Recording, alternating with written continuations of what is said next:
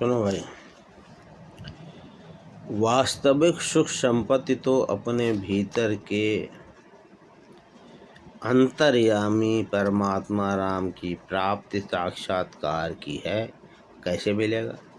जो कि भक्ति साधना भक्ति एक साधना है। भक्ति साधना के द्वारा संयमित जीवन में उपलब्ध होती है। भक्ति स्वतंत्र सकल गुण खानी। कर्म बंधन नहीं होता। कर्म बंधन हो जाएगा, अच्छा हुआ तो सुख, बुरा हुआ तो दुख, पाप पुण्य।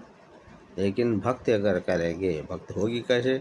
भक्ति साधना में है, संयमित जीवन में उपलब्ध होती है। उससे सर्व दुखों के बंधन कट जाते हैं और यह जीव सदा सुखी हो जाता है।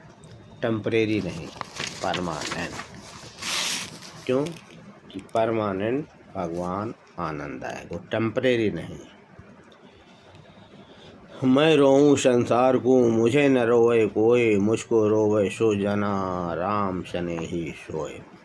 मैं संसार की अज्ञानपूर्ण दुखद स्थिति को देख कर दया भाव से द्रवित होकर रोता हूँ।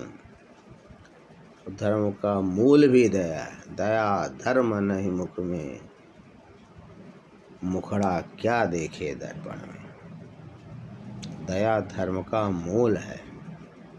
ये महंताई और फलाना ढमाका ये नहीं।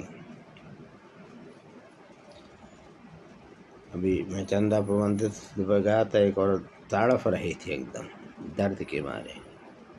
बूढ़ी थी, गैस से दर्द थे, बोल तक नहीं पा रहे थे, सब लोग देख रहे थे।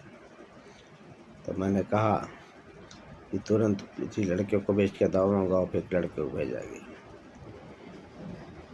खड़े सब थे, पैसे वाले, कोई उसमें 1000-2000 दवा नहीं थी, 10-20 की दवा मिलती। लेकिन मुख्य चीज़ होती जब खुद अपने को पड़ता है तब पता चलता है। इसलिए कहा गया है दया धर्म का मूल है। दया धर्म नहीं मुख में, मुखड़ा क्या देखे दर्पण।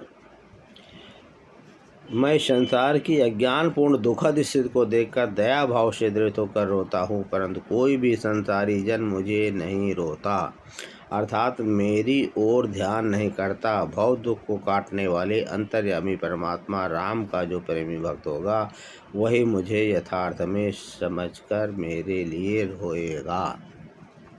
समझिए, शंख समुद्र में उत्पन्न होता है। जब वह समुद्र से बिछुड़ जाता है और घरों में लाकर बजाया जाता है तो लोग कहते हैं कि वह अपने घर के वियोग में चीखता बजता है। जब हम लोग शंख बजाते हैं ना,